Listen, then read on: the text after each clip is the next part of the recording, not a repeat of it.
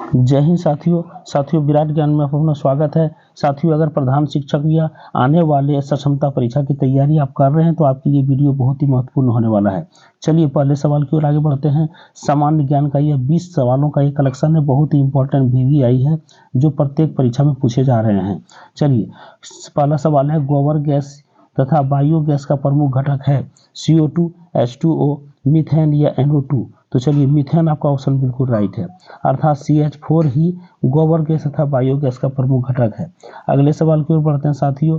सवाल नंबर 2 है, कहा जा रहा है आतिशबाजी में हरा रंग तथा लाल रंग होता है बेरियम के कारण या स्ट्रांसियम के कारण। किसके कारण होता है? यह दोनों है या सिर्फ A है? तो साथियों, जो पटाखे आप फोड़ते हैं शादी विवाह में और ऊपर जाकर के जो लाल हरा रंग के रूप में बिखराव होता है, जो लाल हरा रंग का जो अलग अलग कलर दिखता है आकाश में, वो जानते हैं बेरियम और स्ट्रांसियम दोनों के कारण होता है। इसीलिए C ऑप्शन आपका बिल्कुल करेक्ट है। चलिए अगले सवाल की ओर आगे बढ़ते हैं साथियों। यहाँ कह रहा है, इस सवाल में कह रहा है साथियों, वेल्डिंग उद्योग में ऑक्सीजन के साथ प्रयुक्त होता है। क्या प्रयोग करते हैं? Methane gas, ethane gas, acetylene gas या प्रोपेन गैस। साथियों, एसिटिलीन गैस का प्रयोग होता है वेल्डिंग उद्योग में। जो वेल्डिंग करते हैं उसमें एसिटिलीन गैस का प्रयोग होता है ऑक्सीजन के साथ, इसलिए C ऑप्शन बिल्कुल आपका राइट है। चलिए 3 के बाद चौथे सवाल की ओर आगे बढ़िए साथियों, बहुत ही अच्छी सवाल है।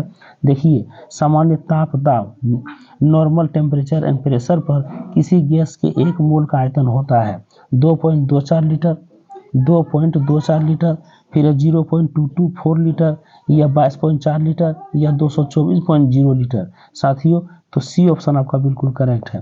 कितना होता है? 22.4 लीटर होता है ना। नॉर्मल टेम्परेचर और प्रेशर पर किसी भी गैस का 1 मोल का आयतन 22.4 लीटर होता है। चलिए ऑप्शन C आपका बिल्कुल करेक्ट है। चलिए आगे बढ़ते हैं साथियों। अगला सवाल है, इसमें कह रहा है यहाँ पे पृथ्वी के पटल में सर्वाधिक मात्रा में पाए जाने वाला तत्व है। ये पृथ्वी है ना, इसके पटल में सर्वाधिक मात्रा में पाए जाने वाला तत्व क्या है? Nitrogen, oxygen, chlorine, helium. साथियों, ऑक्सीजन सबसे ज़्यादा पाया जाता है, इसलिए B ऑप्शन बिल्कुल आपका राइट है। ऑक्सीजन सबसे ज़्यादा पाया जाता है, दिमाग में बैठा लीजिए, यही सवाल बार बार पूछे जाते हैं। आइए अगला सवाल है साथियों, कह रहा है सूर्य से आने वाली पराबैंगनी किरणों को अवशोषित करती है। सूर्य से आने वाली, ये जो सूर्य है साथियों, ये सूर्य है, इससे जो अल्ट्रावायलेट रे आती है और ये पृथ्वी है, तो इसे कौन? समताप मंडल, क्षोभ मंडल, ओजोन परत या आयन मंडल। साथियों, इसके चारों तरफ O3 का एक परत बना हुआ है। ये परत बहुत ही मोटी है और इसी परत में ये जो है अल्ट्रावायलेट रे को यहाँ पे अवशोषित कर लेती है, और जो अच्छा रे है, जो हमारे शरीर के लिए उपयोगी रे है, विटामिन D देने वाला रे है, वही रे यहाँ पे आता है। कभी कभी जो CFC गैस के ज़्यादा प्रयोग करने के कारण, क्लोरोफ्लोरोकार्बन के प्रयोग करने के कारण, मैंने जो हमारे घर में रेफ्रिजरेटर है, AC है, उसके कारण कहीं छिद्र हो गया था, जिसके कारण अल्ट्रावायलेट रे डायरेक्ट पार कर जाता था। इसीलिए जो क्रिकेट खिलाड़ी हैं या जो भी खिलाड़ी जो धूप में खेलने वाले खिलाड़ी हैं, उन्हें स्किन कैंसर होने लगा था। इसके लिए वर्ल्ड जो है सो पूरे विश्व के नेता एक जो है बैठक किए, और इसके बाद CFC गैस के प्रभाव को रोकने के बाद ये धीरे धीरे छिद्र बंद होना शुरू हो गया। तब अभी हम लोग सुरक्षित हैं, अगर नहीं तो हम लोगों को सबों को कैंसर हो जाता। चलिए, इसीलिए ओजोन परत बहुत ही कारगर है। यही ओजोन परत जो है, यही ओजोन परत हमारे अल्ट्रावायलेट रे को रोकता है। जो अल्ट्रावायलेट रे हमारे शरीर में छिद्र करने की शक्ति रखता है, और वो छिद्र जब करते जाता है बार बार, तो हमारे शरीर में कैंसर हो जाता है, स्किन कैंसर हो जाता है। इसीलिए ओजोन परत को बचाना बहुत जरूरी है, इसलिए ऑप्शन C बिल्कुल राइट है। चलिए 6 के बाद 7 नंबर सवाल में आइए साथियों। इसमें कह रहा है कमरे के ताप पर द्रव धातु है। साथियों, कमरे के ताप पर मतलब घर में भी जो टेम्परेचर है हमारे, जहाँ हम लोग रहते हैं, उस टेम्परेचर पर भी कोई धातु है जो द्रव के रूप में रहता है। तो चलिए कौन है? लोहा है? नहीं। कॉपर है? ये भी नहीं। सोडियम है? नहीं। ये मरकरी है, पारा है ना, Hg, यही जानते हैं साथियों। थर्मामीटर में भी इसी का प्रयोग होता है, थर्मामीटर में इसी का प्रयोग होता है। जैसे हम लोग थर्मामीटर को लगाते हैं तो ये जो है सो धीरे धीरे पारा ऊपर चढ़ने लगता है, तो हम लोग पढ़ लेते हैं कि 101 डिग्री बुखार है कि 99 है ना, कि 97 है, फ़ारेनहाइट में रहता है, 37 डिग्री में रहता है इतना टेम्परेचर। तो ये हम तुरंत पढ़ लेते हैं। इसलिए पारा ही है जो रूम टेम्परेचर पर भी द्रव के रूप में पाया जाता है, यह धातु है। इसलिए चलिए ये ऑप्शन डी आपका बिल्कुल करेक्ट है। चलिए आगे बढ़ते हैं। 7 के बाद 8 नंबर में आइए। कह रहा है यहाँ पे कि साधारण नमक NaCl है, क्या है? तत्व है, मिश्रण है, यौगिक है या परमाणु है? क्या है साधारण नमक? क्या है? तो जानिए साथियों, जिस किसी भी पदार्थ को साधारण विधि द्वारा हम नहीं अलग कर सकते उसे यौगिक कहते हैं, उसे यौगिक कहते हैं। NaCl, Na प्लस और Cl माइनस, ये इलेक्ट्रॉनिक बंधन के रूप में बंधा रहता है। क्योंकि हम जानते हैं क्या Na का जो है 11 होती है पवन संख्या, 2 8 1 है ना, 2 8 1, और Cl का कितना होता है 17, 2 8 7। तो इसे एक इलेक्ट्रॉन की जरूरत है, 8 पूरा करने के लिए एक इलेक्ट्रॉन की जरूरत है और क्लोरीन को, इसलिए ये एक इलेक्ट्रॉन का ये त्याग करता है, इस पर प्लस हो जाता है, और ये क्लोरीन एक इलेक्ट्रॉन लेता है, इसीलिए इस पर माइनस हो जाता है। अर्थात ये एक यौगिक है और जो इलेक्ट्रॉनिक बंधन है ना, आयनिक बॉन्ड के रूप में बंधा हुआ रहता है। इसीलिए नमक को हम साधारण विधि से अलग नहीं कर सकते। नमक के बिना हमारे घर में किचन में भी सब कुछ गड़बड़ा जाएगा, है ना। नमक के बिना सब्जी भी अच्छी नहीं लगती। चलिए, इसीलिए सी ऑप्शन आपका बिल्कुल करेक्ट है, यौगिक होगा। चलिए 8 के बाद 9 में आइए। 9 में साथियों कहा जा रहा है चीनी का रासायनिक सूत्र है C12H22O11। चीनी का रासायनिक सूत्र या C6H22O6, C2H5OH या नल। साथियों ये होता है, चीनी का रासायनिक सूत्र होता है C12H22O11। ये रासायनिक सूत्र है चीनी का, इसको याद कर लीजिए, है ना। चलिए 9 के बाद 10 नंबर सवाल में आते हैं साथियों।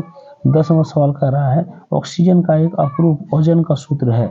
ऑक्सीजन का एक अपरूप, अभी तुरंत हम देखे थे ना, पृथ्वी के चारों तरफ एक लेयर बनाती है ना, एक मोटी लेयर जो कि अल्ट्रावायलेट को रोकती है। तो इसका जो है सूत्र क्या है? O2, O या O3 है साथियों, O3। इसीलिए ये बहुत बड़ी चीज नहीं है। चलिए तुरंत आगे निकल जाते हैं। 10 के बाद 11 नंबर सवाल में आते हैं। यहाँ कहा जा रहा है कि रेफ्रिजरेटर में शीतलक के रूप में प्रयुक्त यौगिक है। साथियों कोई भी अगर सामान हम लाते हैं तो रेफ्रिजरेटर में रखते हैं, है ना, रेफ्रिजरेटर में, इसमें जो उसको ठंडा करने का शीतलक के रूप में किसका प्रयोग किया जाता है? एसिटिलीन का, इथिलीन का, इथाइन का, या फ्रियोन क्लोरोफ्लोरोकार्बन का? देखिए अभी तुरंत चर्चा किए थे, यही ज़्यादा प्रयोग किया जाता है। इसलिए डी ऑप्शन बिल्कुल आपका राइट है। डी ऑप्शन आपका बिल्कुल राइट है। CFC मैंने CFC क्लोरोफ्लोरोकार्बन इसी को कहते हैं। इसी के कारण ओजोन परत में छेद हो गई थी, है ना, ओजोन परत में होल हो गया था, जिससे डायरेक्ट सन का लाइट आ जाता था। लेकिन अब ये जो है फ्रियोन का प्रयोग कुछ कम करना किया है ना। सबसे ज़्यादा अमेरिका में इसकी प्रयोग होती है, और अमेरिकी लोग जो है सो बहुत ज़्यादा CFC गैस का उत्सर्जन करते हैं। ये चलते ये जो है सो ओजोन परत को हानि पहुंचती रहती है, इसलिए इस पर कंट्रोल करनी चाहिए।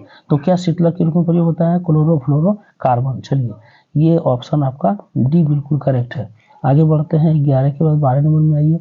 12 नंबर में कहा जा रहा है साथियों, इसमें कहा कंप्यूटर के माइक्रो प्रोसेसर का निर्माण होता है। किससे होता है? कॉपर से, सिल्वर से, सिलिकॉन से, गोल्ड से? तो साथियों सिलिकॉन से होता है, सिलिकॉन से होता है। ये सी नंबर ऑप्शन बिल्कुल आपका राइट है। सिलिकॉन से ही माइक्रो प्रोसेसर का निर्माण होता है, और जो बिना माइक्रो प्रोसेसर का हम कुछ नहीं काम कर सकते, कंप्यूटर में, मोबाइल में भी। चलिए इसीलिए 12 के बाद आइए 13 नंबर सवाल में आइए।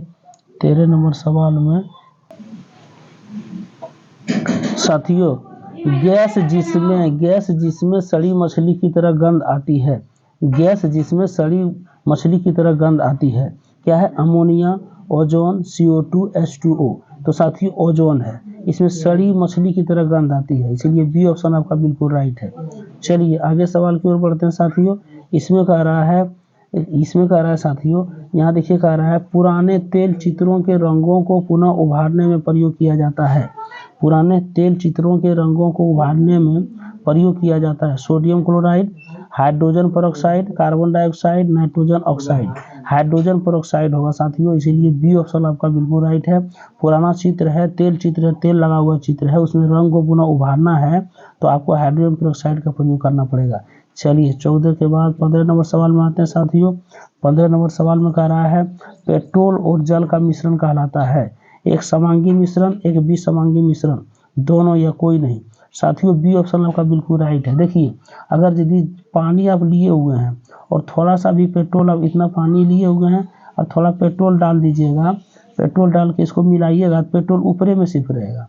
अर्थात समांगी मिश्रण किसे कहते हैं, जिसमें कि जैसे चीनी और पानी को मिलाते हैं और कुछ देर तक हिला देते हैं तो चारों तरफ चीनी पूरी तरह घुल जाती है, पानी में बराबर समान रूप से मिल जाता है, बराबर मिल जाता है पानी में। लेकिन यहाँ पेट्रोल को कभी पानी में आप मिला नहीं पाएंगे, पेट्रोल, घी, नेफ्थलीन ये सब पानी में नहीं घुलता है ना। तो इसका मतलब है कि ये विसमांगी मिश्रण है। बी ऑप्शन आपका बिल्कुल राइट है। अर्थात पेट्रोल और जल, यही कारण है कि जो रोड पर हम लोग चलते हैं साथियों, उस पर कहीं भी अगर बारिश के दिनों में एक बूंद भी पेट्रोल या मोबिल गिर जाता है तो बहुत चमकते रहता है और वह पूरे रोड पर पसर जाता है, इसलिए कि वो जल के साथ घुलता नहीं है, जल के ऊपर तैरते रहता है ना, यही कारण है। तो चलिए, इसलिए विसमांगी मिश्रण है पेट्रोल और जल। ऑप्शन बी आपका बिल्कुल करेक्ट है। आगे बढ़ते हैं 16 नंबर सवाल में। देखिए साथियों, है 16 नंबर सवाल में कह रहा है समांगी मिश्रण कौन नहीं है। चीनी में जल का मिश्रण समांगी मिश्रण है। एक गिलास में आप चीनी और जल का मिश्रण को जब घोलते हैं तो पूरी तरह घुल जाता है। अल्कोहल एवं जल का मिश्रण, ये भी समांगी मिश्रण है। इसलिए कि जो दारू पीते हैं लोग, वो जो अभी जो दारू चला हुआ है, इंग्लिश दारू जो होती है, वो हल्का सा दारू लिया जाता है और उसके बाद पानी से पूरा गिलास को भरा जाता है और पूरी तरह से पूरे एक कलर मिल जाता है। माने ये अल्कोहल और जल, दारू और जल जो है दोनों समान रूप से मिल जाता है पूरे जल के साथ दारू। इसका मतलब ये समांगी मिश्रण है। शुद्ध वायु, ये भी आपका समांगी मिश्रण है। शुद्ध वायु में जो है अगर यदि ज़्यादा डस्ट उसमें नहीं है तो ये समांगी मिश्रण है। लेकिन जल में चाक का विलयन, चाक में क्या हुआ कि जल में एकाएक धुलकन का विलयन आ गया, है ना, धुलकन हो गया। जैसे कि बालू का जो महीन जो होता है ना, डस्ट होता है बालू का, वो जल में मिल गया। मतलब आप कहीं चापाकल से पानी निकाले, रिफाइन बढ़िया से नहीं हो रहा है, तो आप देखेंगे कि जल में जो है सो एक बूंद बूंद आपको दिखेगा। और तब हम लोग क्या करते हैं, उसको कुछ देर के लिए रख देते हैं।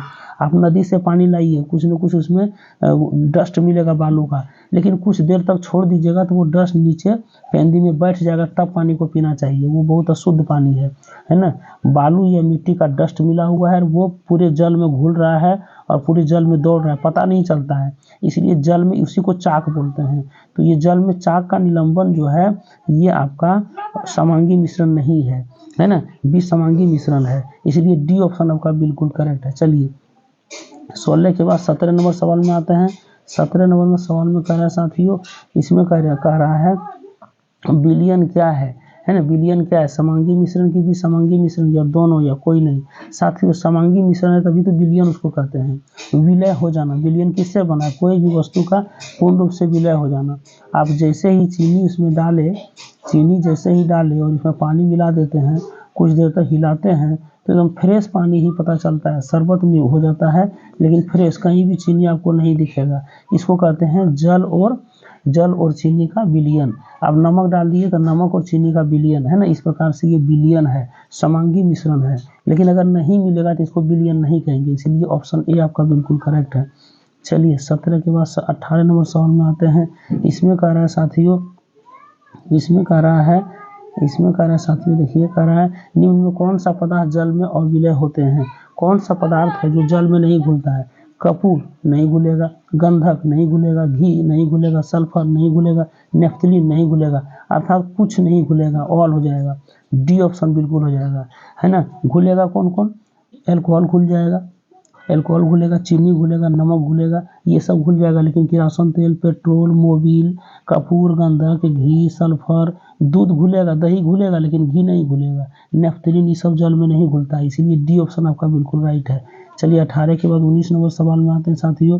18 के बाद 19 नंबर सवाल में देखिए इसमें कह रहा है साथियों, कहता है शुष्क धुलाई या ड्राई क्लीनिंग के लिए उपयोग किया जाता है बेंजीन का, पेट्रोल का, या दोनों या कोई नहीं। साथियों अगर यदि शुष्क धुलाई, कोई चीज़ धो करके तुरंत आपको तुरंत सुखा देना है तो निश्चित है पेट्रोल और बेंजीन दोनों का प्रयोग आप करेंगे। ऐसा क्यों होता है, क्योंकि जब धुलाई कर देखते हैं, जो मोटरसाइकिल की जो सर्विसिंग कराते हैं तो सर्विसिंग में बहुत सारी चीज़ जो पार्ट्स है मोटरसाइकिल के अंदर वाला जो पार्ट है, वो इंजन का जो पार्ट है, वो कभी भी आप पानी से धोते हुए नहीं देखिएगा। उसको जब भी धोया जाता है पेट्रोल से ही धोया जाता है। क्यों, क्योंकि पेट्रोल से धोने के बाद पेट्रोल का तुरंत वाष्पीकरण होता है, तुरंत वाष्पीकरण होता है। वाष्पीकरण होने के कारण ये तुरंत ड्राई हो जाता है, सूख जाता है, कहीं भी अंश पानी या कुछ का नहीं रहेगा।